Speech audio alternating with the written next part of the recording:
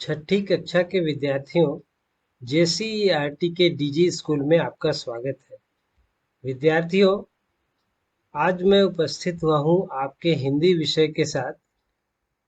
आपकी हिंदी की पाठ्यपुस्तक भाषा मंजरी का चौथा पाठ है, आओ लिख ले नई कहानी।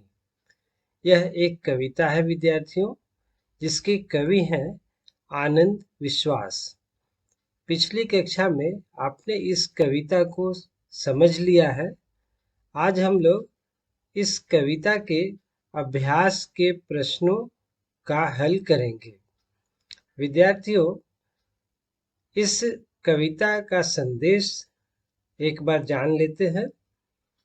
कवि ने कहा है यहाँ कि बेटे और बेटियों के बीच अंतर करने की मानसिकता को दूर करने तथा विकास के लिए दोनों को समान अवसर देना चाहिए। ऐसा सुझाव इस कविता में है। कवि का संदेश है कि जब दोनों शिक्षित होंगे तभी परिवार, समाज और राष्ट्र का विकास होगा। विद्यार्थियों, आइए अब हम लोग चलते हैं इस पाठ के अभ्यास के प्रश्नों की ओर। यहाँ हम लोग सबसे पहले पाठ के प्रश्नों को देख लेते हैं। यहाँ 6 प्रश्न दिए गए हैं, जिसका बारी से हम लोग उत्तर जानेंगे। आइए पहले प्रश्न की ओर चले। इस कविता में बेटी युग से कवि का क्या तात्पर्य है? कवि को इसकी आवश्यकता क्यों महसूस हुई? इसका उत्तर होगा, इस कविता में बेटी युग से कवि का तात्पर्य इस युग में बेटी के महत्व को पहचान कर सम्मान देने से है, ताकि बेटा और बेटी के बीच भेदभाव मिट जाए और दोनों को विकास का समान अवसर मिले। दूसरा प्रश्न, आपकी समझ से हम सब मिलकर कैसा इतिहास गढ़ेंगे? इसका उत्तर होगा, हम सब मिलकर समाज के विकास और अपनी सफलता का इतिहास गढ़ेंगे। ये तीसरा प्रश्न है विद्यार्थियों, बेटी युग को सम्मान पर्व, पुण्य पर्व तथा ज्ञान पर्व क्यों कहा गया है?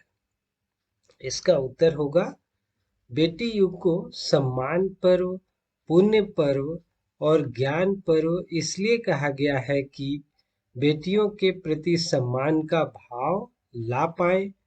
उनकी वर्तमान कठिन स्थिति से उनको सम्मान की स्थिति तक पहुंचाना पुण्य पर्व है तथा समाज की आधी जनसंख्या को निरक्षरता से साक्षरता की ओर उन्मुख करना ज्ञान पर्व है। चौथा प्रश्न विद्यार्थियों, कवि ने सोने की चिड़िया किसको कहा है और क्यों? इसका उत्तर होगा, कवि ने सोने की चिड़िया भारत देश को कहा है, क्योंकि बेटियों की शिक्षा से संपूर्ण देश शिक्षित होकर विकास के सर्वोच्च शिखर तक पहुंच जाएगा और लोग देश को सोने की चिड़िया के नाम से पुनः पुकारेंगे। और यह प्रश्न विद्यार्थियों, ज्ञान गंगा की पावन धारा सबके आंगन तक कैसे पहुंचेगी? इसका उत्तर, ज्ञान गंगा की पावन धारा बेटे और बेटियों की शिक्षा के माध्यम से सबके आंगन तक पहुंचेगी। और यह प्रश्न विद्यार्थियों, कवि को बेटी युग की हवा सुहानी क्यों लग रही है? उत्तर होगा, कवि को बेटी युग की हवा सुहानी इसलिए लग रही है कि अब उसे बेटे और बेटियों के बीच भेद करने की मानसिकता से छुटकारा मिलता दिख रहा है। साथ ही दोनों को समान अवसर प्राप्त होने की संभावना दिख रही है, जिससे परिवार, समाज और राष्ट्र का विकास होगा। तो ये था विद्यार्थियों आज के प्रश्न और उत्तर? अब अगली कक्षा में पुनः भेंट होगी। तब तक के लिए धन्यवाद।